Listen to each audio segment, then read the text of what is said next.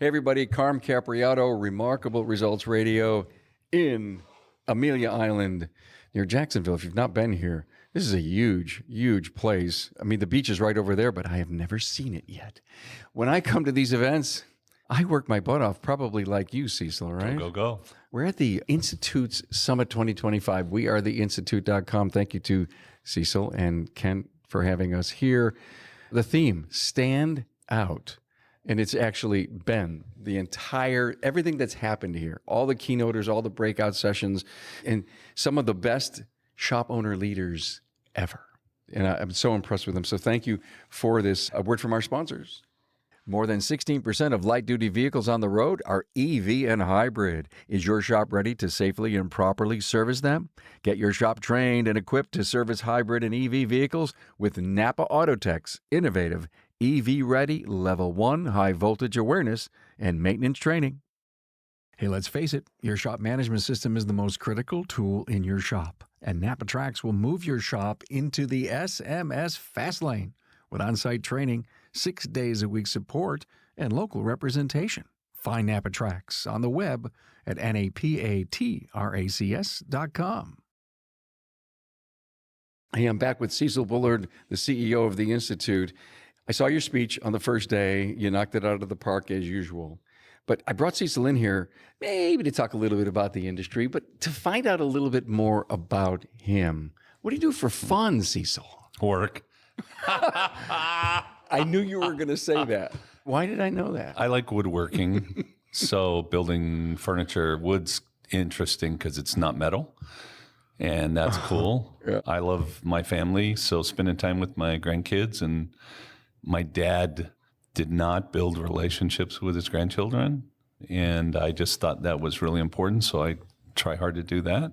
If I do what my wife wants, it's binge certain shows. So every once in a while, I'm on the couch for a day watching whatever. I love it. It seems like there's a decade or every decade, something kind of different happens with your life, your world. Here come the grandkids. Oh, it's a new fun, absolute thing I want to do. And of late, last year was for me, splitting wood. Oh, wow. Honest to God. Yeah. We have burned more wood this year. Maybe we're going on our third cord than ever before. It's been a really cold winter, but I have 7.5 acres of woods. We lost 20 ash trees because of the ash borer. Yeah. Last year we had 10 taken down. I had the arborist take the bottom half and I took the top and I split all of it. And now I have another 10 or 15 that I have to do. And I can't wait for the snow to melt in Buffalo. So you can do that. Yes. I always love what I call mindless work. I love to mow the lawns. Yeah. Right? Because I don't have to think about what I'm doing. I can think about all kinds of other things. But when I'm done, I can look and go, wow, that looks really good. I mowed the lawn. Instead of worrying about my next interview or the next edit or the next production or the next conference, I worry about not hurting my fingers. Yeah, I think I think mindless work, what I would call mindless work like that, is extremely valuable. Yeah. Now, I don't know if my shoulders would handle splitting wood, but mowing the lawn, anything. I like to read too, by the way. I'm just an avid reader. I read between 3 and 4 books a week. Just no kidding. Yeah, for fun. So when I can't sleep, I'm reading. Have you read Focus Factor? Oh, I'm sorry, Stolen Focus? Stolen Focus? Yeah. I think I'm about halfway through that one. Me too. I have about 4 books open now. Right? And that's a cool way. Zig Ziglar's son, I interviewed him a bunch of years ago. He's sitting on his couch. Barry Barrett made the introduction for me, and he was on with us. He's got a stack of books on his couch. And I asked him, and I said, why all the books? He says, to your point, he says, I read so much, I kind of lose interest. I know I want to finish. I go to another one. And I said, and then I asked this great question. I says, do you read them all to the very end? And he goes, hell no, Carm. He says, if I think I got out of the book what I wanted 3/4 through, it's on my shelf. I would say not only do I read them all to the end, but I might read them 3 or 4 times over time because I don't think it's like attending a class. You get a good instructor and you go in and you're like, you come out and you're just pumped up, but you can't get it all, right? Oh, no, and you're right. So sometimes you got to read the book a second or third time. And then the older I get, it's like, oh, I know, where was that? So I like to I think it's one of the things that are going to keep me on my toes is just kind of keeping my head in it, right? I get it. Hey, get any advice over all the years that you still follow today? So many wonderful people in my life, so many mentors that have helped me be where I need to be. I think that the advice that's probably been most valuable, and I don't even know that I could tell you who finally got it through my head, but it's like, I think believe in yourself and believe that the world is a good place and that whatever problems you're having are going to be, you're going to get through that and tomorrow's going to be a better day. You watch the industry. What trends are you watching? I think we got a lot of issues right now, obviously.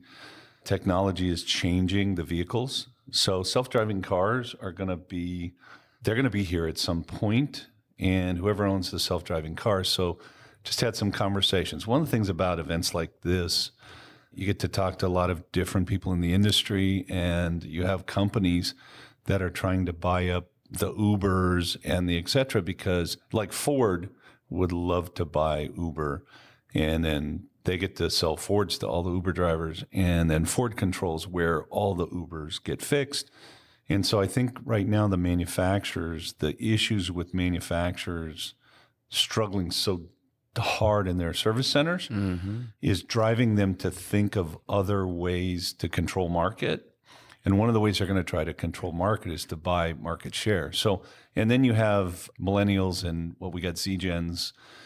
They don't necessarily want to own a car. Yeah. So I think that you're going to see like lease a car for, a self-driving car for $400 a month, and it'll show up when you need it. And there's no driver, and they're not going to own the car, which means that they don't control how the car gets taken care of, who takes care of it, et cetera.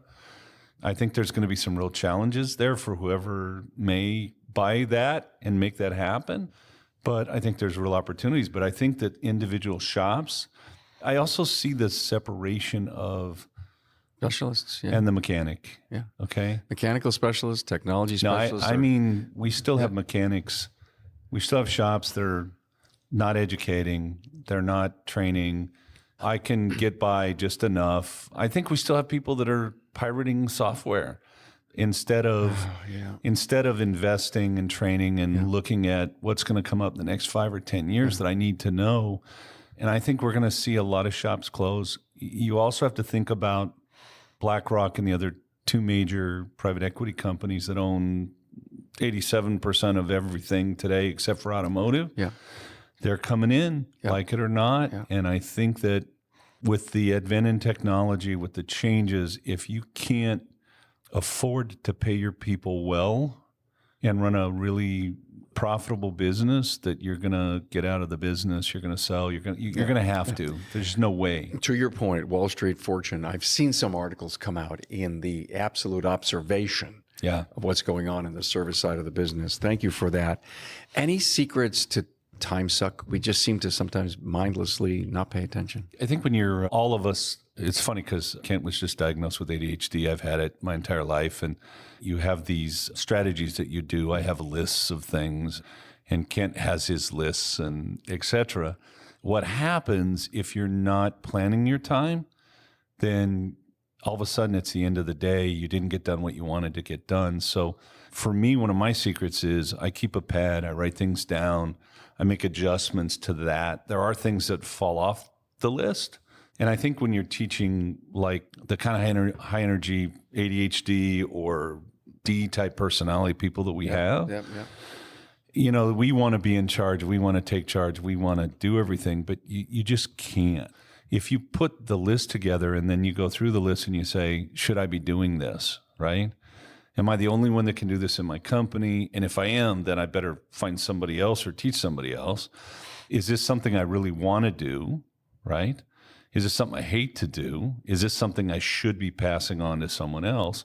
When you start to create that and you create a list and then you're going through and saying, okay, I'm going to delegate those jobs and then I have to accept what happens, right? You got a manager, but you need to become a coach for the manager. You can't just let the manager run loose. I would say it's the same thing when you're bringing someone along. And I think a lot of us in our business don't even bring them along. It's like, I'll just go do that. It's simpler. And then all of a sudden our days are gone. It's the whole week's gone and I didn't get done what I needed to get done this week. Be more accountable to the things that you know you want to do. I mean, I'm a list guy just like you. And sometimes they move up, they move down, they move Sometimes I out. pull them off. And sometimes I actually get a chance to check it. Yeah, if nobody noticed that I haven't done it in like 3 weeks, it disappears. I guess it wasn't important, right? Yeah. What does stopping mean to you? That's interesting. I think that's Murray's comment. But to me, it means we hold ourselves up because we limit ourselves. Okay.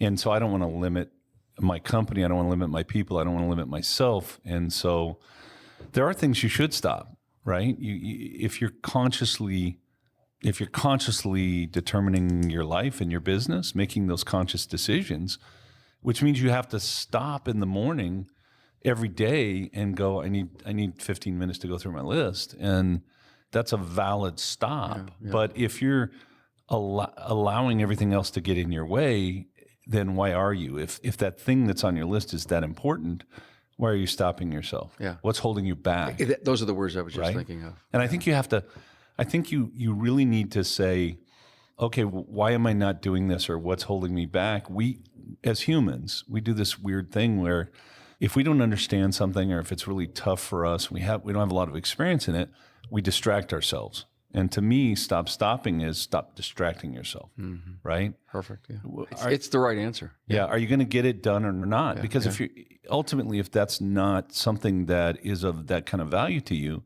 then get it off your list or give it to somebody else. I think it's a great 2 words for people to realize I'm not getting anything done. Yeah. Well, stop stopping. Yeah. Basically, stop stopping. You have a decision to make. Okay, I should have done that last week. So stop stopping. And I think you have to, I don't know, your beautiful daughter works for you. Yeah. Works with you. My son works with me. Yeah.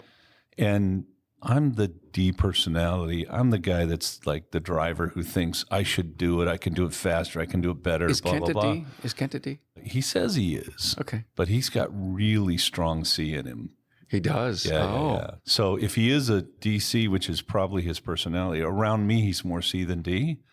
Around some of the rest of the staff, he's probably more D than C. So, but I'm the guy that's like, oh my God, I have to do this because I'm the one that's going to do it the best. I know the most. You can't do that because if you do that, they're not going to have any opportunity. Yeah. The rest of the staff isn't going to have opportunity. To your point, we're talking about the DISC profile. Dominance, influence, Interpersonal, I, interpersonal, S being kind of a steady as she goes, the customer service person, and the C being a conformist, meaning the accountant style in all of us. Yeah.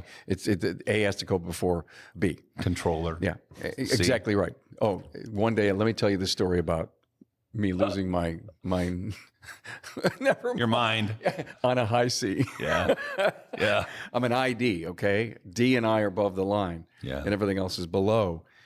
I won't go into that, but my point was, if we knew what our people's communication style was, our DISC, we end up ultimately having the right kind of conversation with them. Because if you're a D going to talk to an I, they're probably not going to listen unless you have their conversation with them, not yours. If you're a salesperson and you have a lot of experience being a salesperson, you know that you have to make adjustments for the people you're talking to. Yeah. And if you're a good manager, it's the same thing. If I'm going to be Cecil the D and have a good conversation, especially when Kent is like in his total C role, there's no way we're even going to talk. We're just going to get mad at each other. We're both going to think, well, you're not listening to me. And then we end up either yelling at each other or not talking to each other for 3 days, which none of that solves the problem. Yeah. And I think there's who's the adult in the situation? I know it's probably the wrong way to put it, but if you're the adult in the situation, you say, okay, I'm going to get more out of this person or out of this communication if I make the adjustment to the other person's style. Are you an Napa Auto Care Center who is ready to take your shop to the next level? Then the premier tier Napa Auto Care Gold Certified program is exactly what you need. Gold Certified Auto Care Centers provide customers with a consistent experience no matter where they are in the U.S. Now, this means they are more likely to return and support your shop or find your Gold Certified Auto Care Center while on the road. Gold Certified members can maximize technology, increase their local marketing opportunities, and have a fully trained team that keeps up with the latest trends. Simply put, the Gold Certified Napa Auto Care program powered by your local brand will set you apart. A true partnership is a two-way street. Shops must meet specific criteria to be eligible for the many benefits of Gold. Now, Napa Auto Care rewards its most committed partners, their Gold certified members, with free premium shop referrals on the Napa Online Locator, annual marketing dollars, and enhanced warranty, training opportunities, program rebates, and so much more. Are you ready to get started? Contact your local Napa sales representative to discuss your eligibility and apply today. More than 16% of light-duty vehicles on the road are EV and hybrid. Is your shop ready to safely and properly service them? Get your shop trained and equipped to service hybrid and EV vehicles with Napa Autotech's innovative EV-ready Level 1 high-voltage awareness and maintenance training. Hey, take your Auto Care Center to the next level, the Gold level, with the Napa Auto Care Gold Certified Program. This program is for the best of the best who can provide a consistent consumer experience and earn the trust of returning and new customers. Talk to your Napa sales representative about how you can become a Gold certified shop. Hey, let's face it, your shop management system is the single most important tool in your shop, period. Napa Trax has made selecting the right shop management system easy by offering the industry's best, most comprehensive SMS. Now, it all starts when a local representative meets with you to learn about your business and how you need to run it. After all, it's your shop, so it's your choice, and having local representation is a huge plus. Customizing Trax to your business, whether you're a one-person shop or a large multi-bay or multi-location company, a representative consults with you to help optimize your shop's workflow, efficiency, and profitability. Trax always has the flexibility to do business how you need to do it, which means it can also grow as your business grows. And unlike the other guys, will be there for you after installation with the best training and support in the business. Yes, a learning management system tailored to each role in your company. Simply put, Trax was designed and built for shop owners just like you. Visit us on the web at NapaTrax, that's NapaTracs.com. I've got thermal management shops, I've got EV shops, I've got ADAS calibration shops. Well, I would tell you, I think first of all, ADAS is going to change with technology. It's going to become simpler for the average shop to do. The calibration. And so these guys that really invested a lot of money in the big facility and all that, I think that's going to change. Electric vehicles, it's not the technology of the future. It's going to be a hybrid of some sort. It might be gas electric, or it might be gas hydrogen, or diesel hydrogen, or whatever. Yeah. And we're going to have multiple options because that's really the future of it all.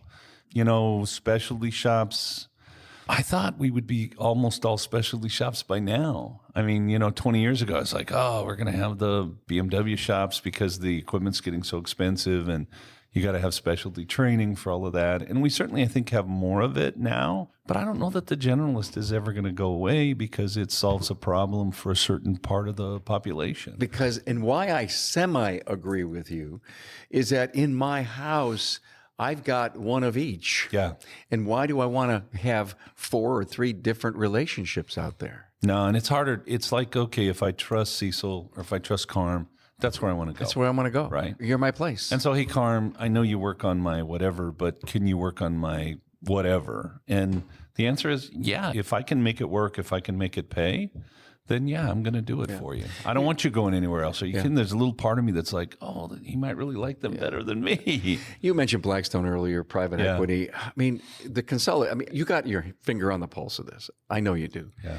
With Michael Smith joining your group, Chief Strategy Officer, I think, something like that.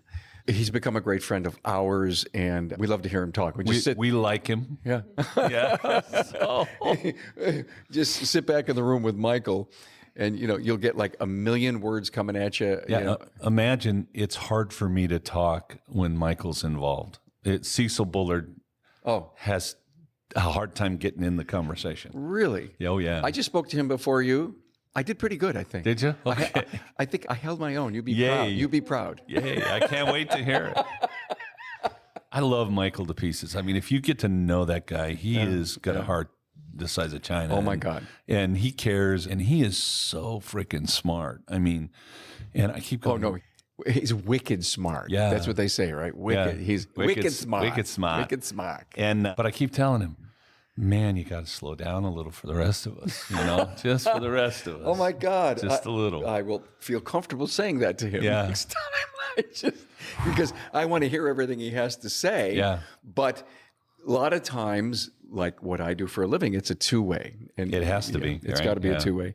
This whole Blackstone thing, consolidation, and you're close to it.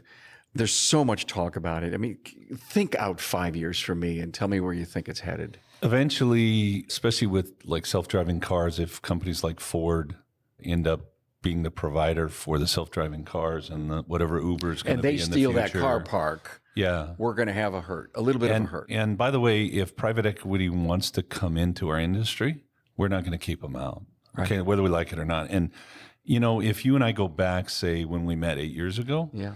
how many private equity companies did you know of in our I knew of industry? 0. I knew of maybe 2 or 3. Yeah. Currently, I can tell you that there are probably 9 or 10 in the industry right now actively pursuing. Hovering. And there's 5 or 6 more coming in because I get stuff every day. You're Cecil Bullard, you're the Institute, we want you on our board.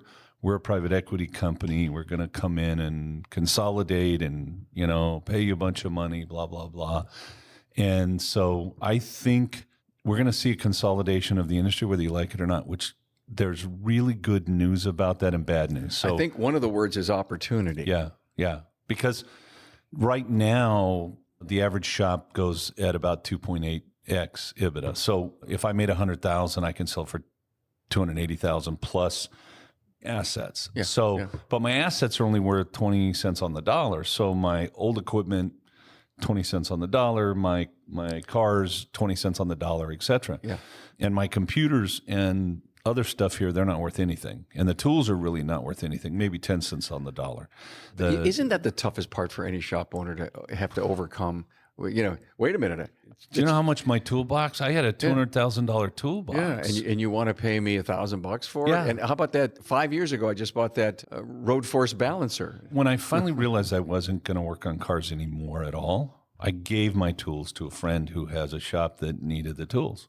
Because I'd rather do that than try to sell them because nobody wanted to pay me. It pissed me off every time I talk to somebody. They call you and they're like, "Oh yeah, you got this?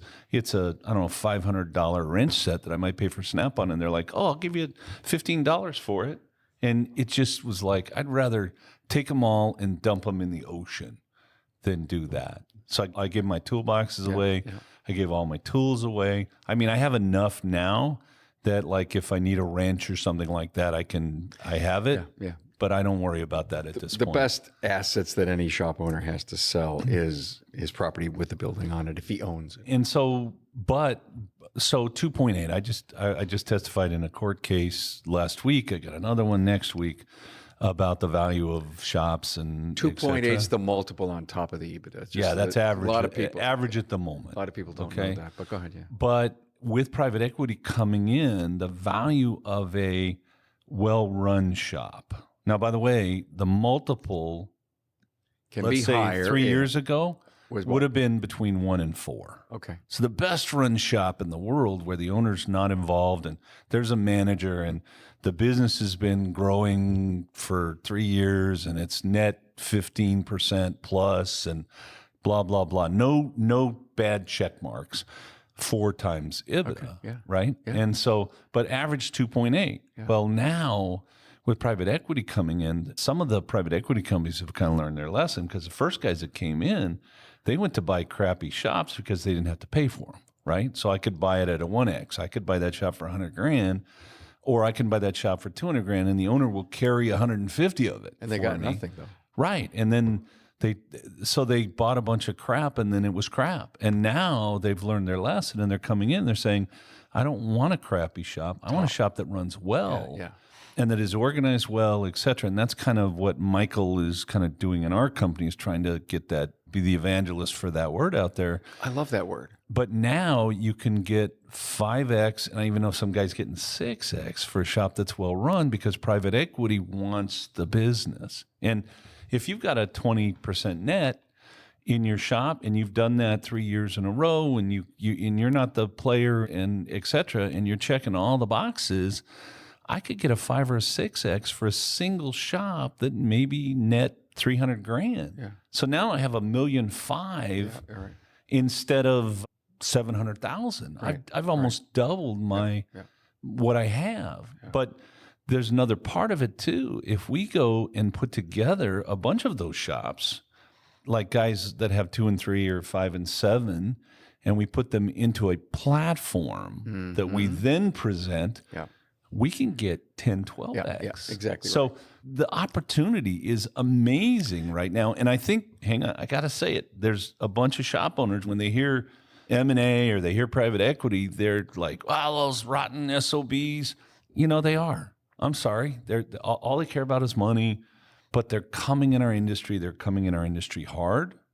And you need to be running a good shop because it will give you opportunity either way, whether you keep it, pass it on to family, or whether you decide to sell it to private equity. And I guarantee you what's gone on in the auto body industry.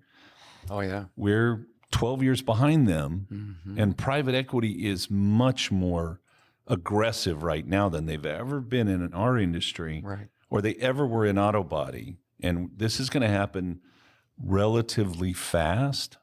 They'll still be mom and pop. They'll still be well-run shops, but we're going to be dealing with private equity in something. And one of the things that private equity is doing a little different is they're not changing the name of all the shops. So now it's still John's Automotive, and they're still running it under John's Automotive, but it's no longer owned by John. It's owned by the private equity company. The brand was strong. The people were great. The owner could walk away and it'll run. Yeah, which gives us opportunities financially. If you're getting in your, late 50s, 60s, and you're like, I want out. Holy smokes, what a better opportunity than being able to double what I get out of the shop. Yeah. Your words are so strong. And one of my favorite bits of advice that I ever got in my life was the words, pay attention. Yeah. And if an owner is not paying attention to their net operating income, I'm sorry, all of that means you've got to do all 30 of those things way up in the umbrella, right? And if this company can run with your minimalist involvement and you are making, it's scary to think what some of the people that I know received and are still working and are still growing in a multiple for their business. And then I was lucky enough to be with you guys in a particular meeting a few years ago and see how you can maybe even get a second payday out of this stuff. Yeah, we got guys that are coming up to their second payday. Wow. Okay. So what does all that mean? Well, run a great shop, hook up with Michael and Cecil and figure it out. We have too many people in our industry, and God bless them, who don't really understand that your business is an engine, okay? And if the engine gets air and fuel at the right amount at the right time, under the right compression and spark at the right time, it runs like a bat out of hell. If any of those things are off, then it doesn't give you the performance that you want. And we need every shop owner to understand how the engine works and how much air and how much fuel and all of that. Because when you figure that out, not only does it run better and it manages better and you can take care of yourself and your family better, but you can also take care of the families and the people that work for you and create a lot more opportunity, not just for yourself, but for them also. Thanks for the motivation on this. We've done so many episodes. We've discussed ad nauseum on this. And I like to often bring this up because there's always a new opportunity, a new open mind set that comes from some stubborn, stuck people and a lot of new people that constantly are listening to the show. So where am I going one day? Honey, I'm going to sell this for $1 million one day. And then they find out that it's not possible because they didn't run like a well-oiled engine. So there's a guy that you and I can, if I said the name, you would know exactly who it is. And currently he owns either 5 or 6 shops. He's been growing. But I knew him 15 years ago when he was a tech coming into a shop that was going to be sold. Okay. And they made a 7-year deal, him and the owner, and 7 years go by. The owner wants to sell the shop, but what he needs is way more than the shop is worth. Okay. And they never tightened the deal down. They never actually wrote anything down. They never put stuff on paper. So all of a sudden, this guy has put 7 years into this business. And now the owner is coming and saying, well, I'm not going to sell it to you for that. I'm going to sell it to you. It has to be this. And it has to be this because he's not okay if he doesn't get that. Right. And, he comes to me and he goes, what do I do? And I said, well, right? First of all, neither one of them should have been at that point. We should have put a plan together 7 years ago to make it look like, and what does it need to look like so the owner can get out the way the owner needs to, and the guy can come in the way the guy comes in. But we ended up paying an extra $100,000 for it. And, I was like, it's worth more because we know we can run it better. So give him an extra $100,000. It's the only way you're going to get it. And you've already invested 7 years of your life. And now he has, 6 shops or whatever. He's doing fantastically. But it's that I don't want to come to the point of I got to sell my shop, but I'm not going to have what I need to feel comfortable in my retirement. Absolutely. Okay? That's the problem. You never want to be there. And we've also done other deals with other guys who, like, there's another guy that if I mention his name, you know who it was. And their service advisor, service manager, I think they at the time had 2 locations. We put a 7-year plan together where 7 years from now, if you've grown the business to 6 locations or whatever, then you get 30% of it and you get to buy out the rest. And the owner's going, well, why would I give up 30%? Well, because it's not a small pie anymore. It's a much bigger pie. So your 70% is a larger pie, right? And it worked out great. The plan was done. They've now gone through that part of it. And don't let your life come to the point where you're at that point and you don't know what you're going to do because you haven't figured it out. Ross Bernstein today. Yeah. Pick up the phone and call somebody. Duh. You see, all these people that are stuck, I need this, I got to have that. They don't know what they don't know, and they continue to walk down the aisle, not having a clue. The P&L looks different, the assets are stronger, the business has grown, and to your point, my 70% is even worth more than I have a coach. I have mentors, that people that both work with me and around me that I use all the time. Yeah. And I'm the guy that's supposed to know everything. I don't. And that's why. And that's how you know it. Yeah. Hey, if you could pick up an instant skill right now, tomorrow, says, God, bless me with a new skill, what would it be? Patience.